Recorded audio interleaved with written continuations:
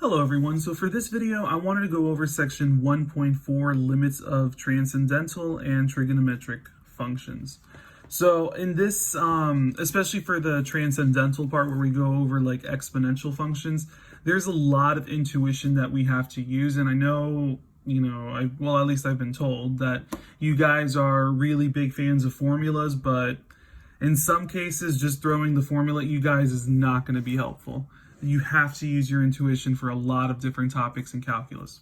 So if we look at this first example, or these first two examples, this was something that I would probably have given you during a bell work assignment, and just have you guys plug all of these values in. We can talk about the trends, we can, sing songs together and be happy that we understand what's going on. So, but either way, let's go ahead and see what would happen if I put in 1/4 to the x power. So if I were to do 1 divided by 4, right, to the power of, let's say, 0, well, that'll obviously be 1.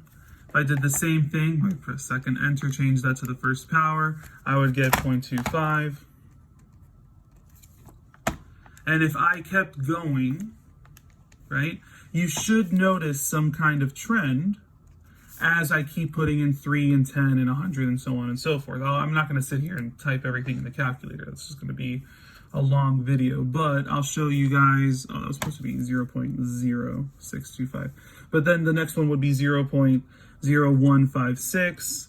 The next one would say 9.53 times 10 to the negative 7, which, by the way, 9.53 e to the 7, in case you guys don't know, this means that you're going to move the decimal place 7 places to the left. So it's going to end up being a really small, how many times was that? 1, 2, 3, 4, 5. 1, 2, 3, 4, 5, 6, 7. And then and then you put in zeros in all of those spaces. So yeah, we have a really small decimal. And if I even went as far as to go to 100, I'm going to end up with an even bigger decimal, 6.22 e to the negative 61. And then your calculator, if I even put in 1,000, it's just going to be way too small of a decimal for the calculator to handle. So it's going to default over to 0. All right. Now, if I did the reverse of that and I put in all of these negative values, well, 1/4 to the 0 power is going to be 1, 1/4 to the negative 1 power.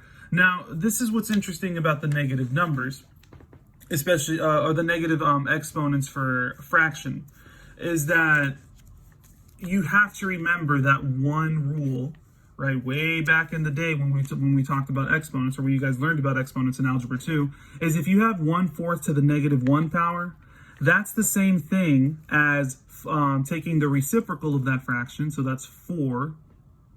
I was going to say 4/1, but it's just 4. And then you change that to a positive exponent. All right. Same thing if I had, 1/4 to the negative 3 power, right? Again, you have to flip the fraction and then change that exponent to a positive. Okay.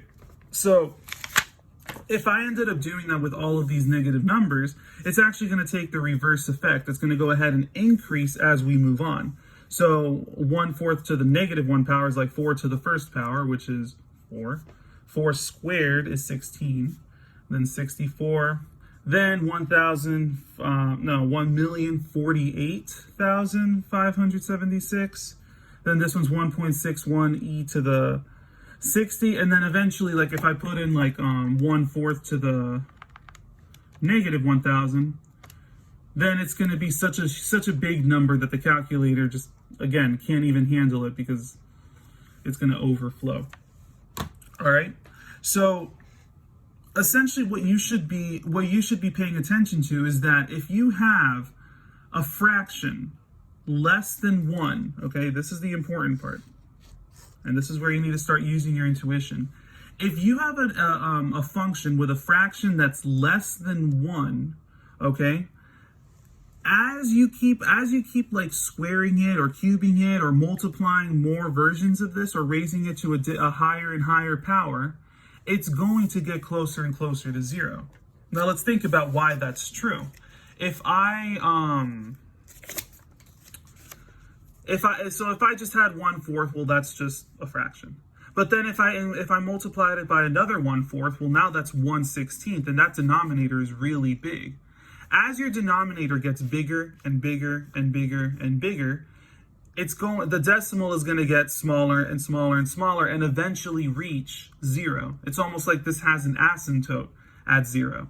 Okay, and that's the case if I just kept multiplying 1/4, 1/4, 1/4, right? And it works the other way if I had the negative exponents. As I get 4 to the 1 power, 4 squared, 4 cubed, I'm going to 1 to 4 to 16. No, sorry. From 4 to 16 to 64, it's going to exponentially get larger and eventually reach infinity. Okay? That's, your calculator can't read infinity. It's just a really big number. Infinity isn't really a specific number. Okay? That's the effect that exponents have if the fraction is less than 1. Okay? Now, if I look at fractions that are greater than 1, okay, it's actually going to have the opposite effect, right? If I put in positive exponents into my fraction that's greater than 1, or just a number that's greater than 1, again, if I put in 3/2 to the 0 power, well, that is 1. 3/2 to the first power is 1.5, to the second power is 2.25, to the third power it's 3.7. Man, I am just not good today. 3.375. To the 10th power is 57.7. 4.07 e to the 17th. So now, as you notice, because it's a number greater than 1, it's just going to increase the value, kind of similar to what happened with that 4. All right, and then if I put 100, 1,000, and 10,000 into the calculator, it will just end up overflowing. All right. Now, it's going to take the opposite effect if I put negative exponents, which you'll see in a second why that makes sense. Because if I put in to the 0 power, I'll end up with 1, as always. If I put into the negative power, I have 0.667. If I put into the negative 2 power, I have 0.444. To the negative 3 power is 0.296. To the negative 10 power is going to be 0.0173. To the negative 100 power, 2.46 e to the negative 18, and then you're eventually reaching 0. Now, why does that make sense if I have negative exponents putting it into this fraction? Well, remember, if I have 3/2 to the, let's just use negative 2 power, to the negative 2 power, again, you have to remember, if you have a negative exponent, you're essentially taking the reciprocal of the fraction and then taking and then squaring that, in this case. So then, if I take the reciprocal, now I have 2/3 to the second power, right? So even though it started off as a fraction greater than 1, because of this exponential property, now it became a fraction less than 1, kind of like what we had earlier. And if I were to keep multiplying 2/3 over and over and over, sure, the numerator is increasing, right? So, like on the top here, you'll end up with like 8 over 27. But if I kept adding another 2/3, right, then this will become oh, sorry, I can't even see. So I multiplied the first 3, I ended up with 8 over 27. But if I kept multiplying by 2/3, then I get 16 over 81. You'll know, regardless, as if it's a fraction less than 1, that means that the numerator is smaller than the denominator. And if I kept multiplying more and more of these fractions, the denominator is just going to be increasing at a much higher rate than the top. Okay? So, and if it's increasing at a higher rate, it's still always going to get closer and closer to 0. In fact, if I multiply this again by 2, that's what? 32. And then the denominator, I'm not even going to do that in my head. 81 times 3, sorry, is going to be 243. All right. It's just the denominator is always getting bigger and bigger and bigger. And it's again going to have that same effect of approaching 0. Okay.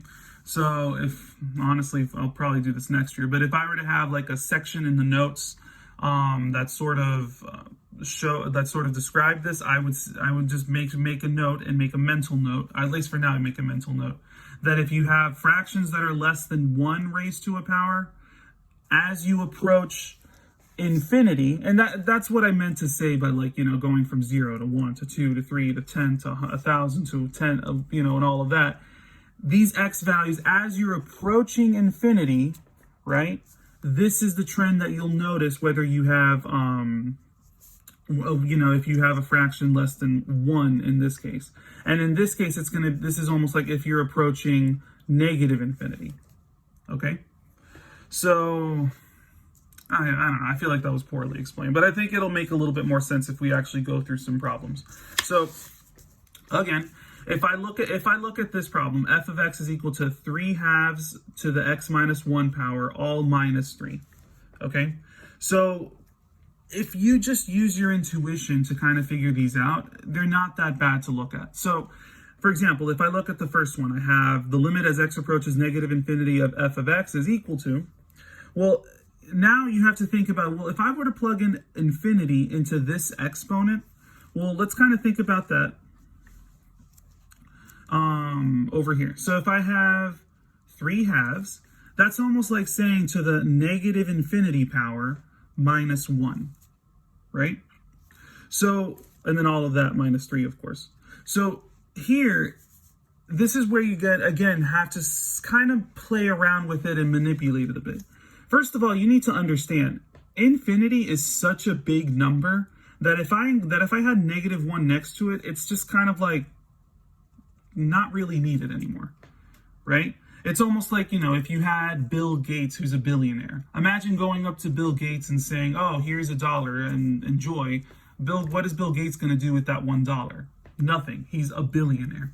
So it's kind of the same principle here. If you have infinity next to just a regular number like -1, you can almost ignore that -1 and just sort of like look at, observe this as is. And now that we have negative infinity, remember, whenever you have a negative exponent, you can essentially rewrite this expression with the reciprocal of that fraction. So now it's going to be 2/3 to the power of positive infinity. And then all of this is minus 3. Okay? So now I can look at this and say, all right, well, if I have a fraction that's less than 1, and I get closer and closer to infinity, well, that denominator is always going to increase at a higher rate than the numerator. So then this is essentially going to approach 0. And then I'm going to have 0 minus 3. All right? So then really this whole thing, again, if I put a negative infinity to all of this, it's going to be approaching 0 and then minus 3. My answer is minus 3 for this problem. Okay? Now, let's say I put just regular infinity into this expression. Well, that's almost the same thing as saying, like, okay, well, if I have 3/2 to the infinity power minus 3, right?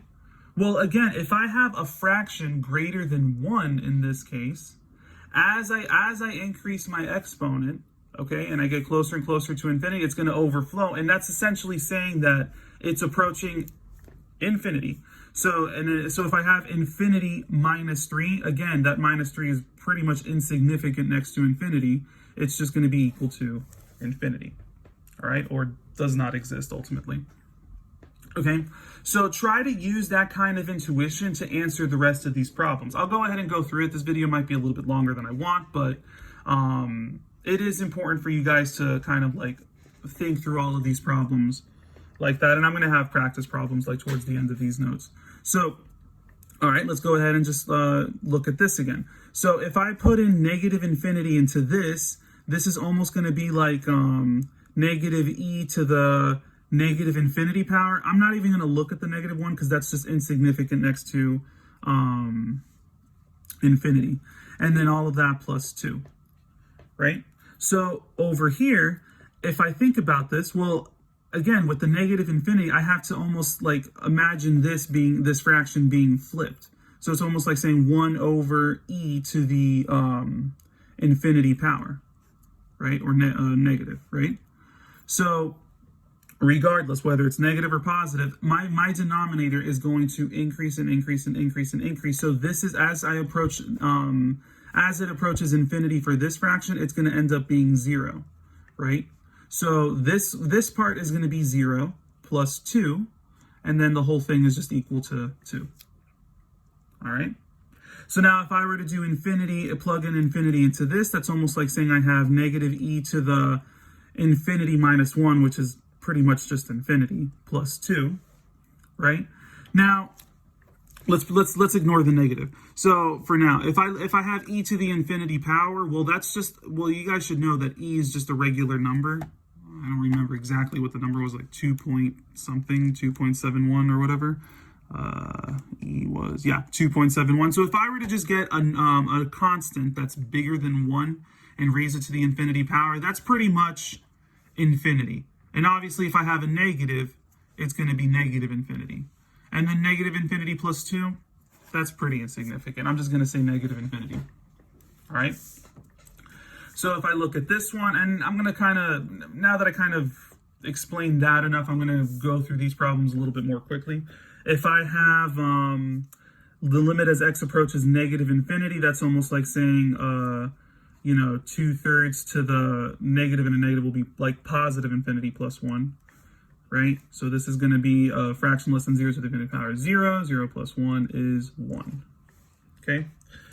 If I did this one and I plugged in 2/3 to the, now it's going to be negative infinity power plus 1. Well, this is going to flip the fraction, so it's almost like looking at 3 over 2 to the infinity power plus 1. And if this is just going to be infinity plus 1, it's just going to be infinity. All right?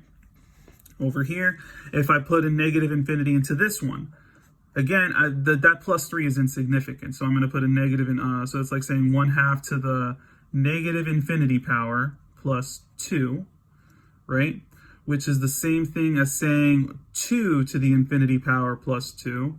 And this is pretty much going to be infinity. And infinity plus 2 is just, well, infinity. All right. Oh, whoops, I forgot that negative sign. So there's a negative here, which means that this is negative infinity, and the answer is ultimately negative infinity. My bad, I forgot about that. If I put in to the infinity power, that's like saying 1/2 to the infinity power plus 2. So a fraction less than 0 to the infinity power is going to be 0. 0 plus 2 is 2. All right. I kind of jumped from C to E, but whatever, it's the same thing. So if I put a negative infinity into this, I'm going to have 1/2 to the essentially negative infinity power minus 3, which is the same thing as, again, the negative exponent. I'm going to flip the fraction. And so here I have, this is going to end up being infinity. Infinity minus 3 is pretty much the same thing as infinity. If I put in the limit as x approaches infinity of this function, I'm going to end up with 1/2 to the infinity power minus 3. I know that a fraction less than 0 raised to the infinity power is essentially approaching 0. Minus 3 is minus 3. All right, so you kind of see how I'm using my intuition. If you understand the whole concept of having negative exponents and knowing what the trend is as you increase that exponential power or really decrease it into the negative direction, then it's good. These problems become really quick to answer. I'll just do this last one as a little bit quicker. So if I have negative infinity, I plug into that. That's the same thing as saying 2 to the negative infinity to negative x is positive infinity minus 2. So that's just like saying positive infinity minus 2, which is just infinity. Over here, if I plug in positive infinity into this, that's like saying 2 to the negative infinity power minus 2, and that's the same thing as the negative is going to flip this this number to the infinity power minus 2. So then here I end up with, this is approaching 0, and then 0 minus 2 is, whatever, negative 2. All right, the other thing I wanted to go over in this section is analyzing the limits of trigonometric functions. And for a lot of these problems, you're just going to end up using direct substitution. So if I did this, and this is going to require you to really understand and remember the unit circle. I'm not going to spend the whole lesson teaching the unit circle, but it's just something you have to remember. So again, if I have the limit as theta approaches pi over 3 of cosine of 2 theta over theta. If I just plug it in, let's see what happens. I'm going to end up with the cosine of 2 times pi over 3 over pi over 3, right? And if you remember from the unit circle, if 2 pi over 3, that's located here. And then the coordinates of that were negative 1/2, comma, positive radical 3 over 2. So then the cosine of that is just the negative 1/2. So we got what our numerator is. So negative 1/2 over, and then pi over 3. Well, that's just pi over 3. Okay.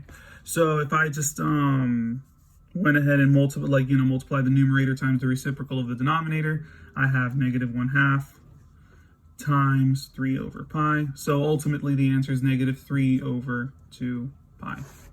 Pretty straightforward. Well, if you know the unit circle. So over here, if I just go ahead and substitute pi over 2 into this is the same thing as saying 3 times. And again, if you have sine squared, it's almost like saying sine of all of pi over 2 and then squaring it afterwards. So pi over 2, as you should know, is up here at the top, and it has a coordinate of 0, 1. So sine of that is just 1. Whoops. So this is the same thing as saying 3 times 1 squared. All right. I feel like we're not even doing limits at this point. We're just reviewing the trigonometry section in pre-calculus. Now, the one part we actually get into, or the one thing you actually are introduced to in calculus, are these special trig functions. So I can spend the time to prove these things to you, but I mean, maybe if this were a higher level analysis class in the field of mathematics, but honestly, I think it's good enough for you just understand that the limit as theta approaches 0 of sine of theta over theta is just 1, and the limit as theta approaches 0 of 1 minus cosine of theta over theta is equal to 0. And I'll use this one as an example. It doesn't have to just be theta. It can be the limit as theta approaches 0 of the sine of really anything. I'll just use star, like of sine of something divided by something, right? So in other words, it can be you can have the limit as theta approaches 0 of sine of 4 theta, or as long as it's divided by 4 theta again, this is still equal to 1. Okay, so you'll see more of that. So I kind of gave you guys like 6 examples here. What you ultimately want to try to do first is see if direct substitution works. If it doesn't, then you gotta do some manipulation. Sometimes in this section you might have to use some trig identities. I don't think I have any crazy ones for this in calculus, because I mean I feel like most of you won't remember them anyways.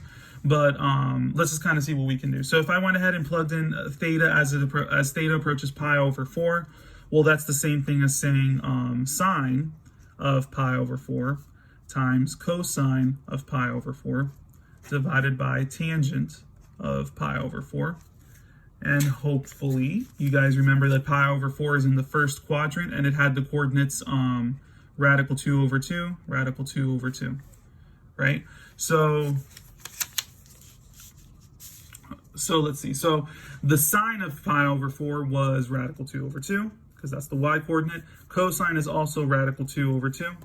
And then tangent is the y divided by the x, because that's like sine over cosine. So anything divided by itself is just going to be 1. All right. So if I multiplied this across, I would end up with radical 4 over 1. Radical 4 is 2 over 4, which is pretty much 1/2 divided by 1, which is ultimately 1/2. All right. Now, this is kind of where I feel like it might be necessary for me to go over the explanation. But if I have the limit as theta approaches 0 of sine of 2 theta over theta, well, this kind of looks like what we had up here. All right. As soon as anything you're working with looks like any of these two, now it's not always the case, but most cases, if it looks like one of the special trig functions, then you can pretty much just use it. So here's the thing, but I did say it had to be the same thing inside versus then like whatever's on the denominator has to be the same as whatever's inside of the sine function, and it's not. Here we have 2 theta, but then we have theta over here. So ultimately what we can do here is we can make this look like 2, because if I multiply the denominator by 2, then I'll end up with that 2 theta. But the thing is, whatever I do to the bottom, I also have to do to the top. So this is pretty much the same thing as saying the limit as theta approaches 0 of 2 sine of 2 theta divided by 2 theta. And now you kind of look at this part right here, and we know that the limit as theta approaches 0 of this is going to be 1, right? But you know what? I'm just going to be a good math teacher and go ahead and write everything out. So if I can break this up based off of those properties of limits that we learned in the previous section. And this is almost the same thing as saying the limit as theta approaches 0 of 2 times the limit as theta approaches 0 of sine of 2 theta divided by 2 theta, right? So again, sine of something over that same something, this whole thing is going to be equal to 1. And the limit as of any constant is just going to be that constant. So the answer is just finally 2. All right. Now, some of you have probably figured out by now, it's always going to work out that whatever number is in front of the thetas, that and you're using the special trig limit, it's just going to be whatever that the fraction of those coefficients is going to be, right? So in this case, I had 2 over 1. The answer is just 2. Right? And I could go through all of that math for part E, but again, if you just kind of keep that in mind, this does look like that special trig function up here. So if I were to go ahead and look at the coefficients of the thetas, it's just going to be 3/4, and that's the answer. And then you don't have to go through this entire mess that we went through over here. All right, so I'm going to kind of quickly go through all of these. And again, if you have, and this is for part D, some of you might not like this. I don't even know why I went A, B, C, D, E, whatever. Some of you might not like this, but again, if you have the cosine of something minus either 1 minus that or that cosine minus 1, all right, and it's over divided by theta, this does sort of look like this. And again, I can go through the entire algebraic manipulation to prove to you why this is 0, but honestly, I'm just going to go ahead and tell you guys that this is 0. Maybe during class next time, if we go over this, if you want me to really go through and prove this to you, I'll be more than happy to. But for right now, I'm just content with recognizing that this kind of has the same format as this special trig function, so I know it's going to be equal to 0. In this case, if I went ahead, let me see. I don't really see anything of... Again, I'm going to see if I can plug in pi. If I can plug in pi and it works out nicely, I'm just going to go with it. So I have sine of pi times cosecant of pi. Now, you got to remember, cosecant, isn't that the same thing as 1 over sine? Right? So I'm just going to say that cosecant of pi is the same thing as 1 over sine of pi. Right? All divided by 3 pi. Okay, well, if I have sine of pi times 1 over sine of pi, well, those cancel out and you're just left with 1 at the top. And then I have 3 pi at the bottom. There you go. Direct substitution was pretty good for that. All right. So now let's see. If I go ahead and do this one. Again, this one kind of has the same format that this one does, right? So that one's ultimately going to be 0.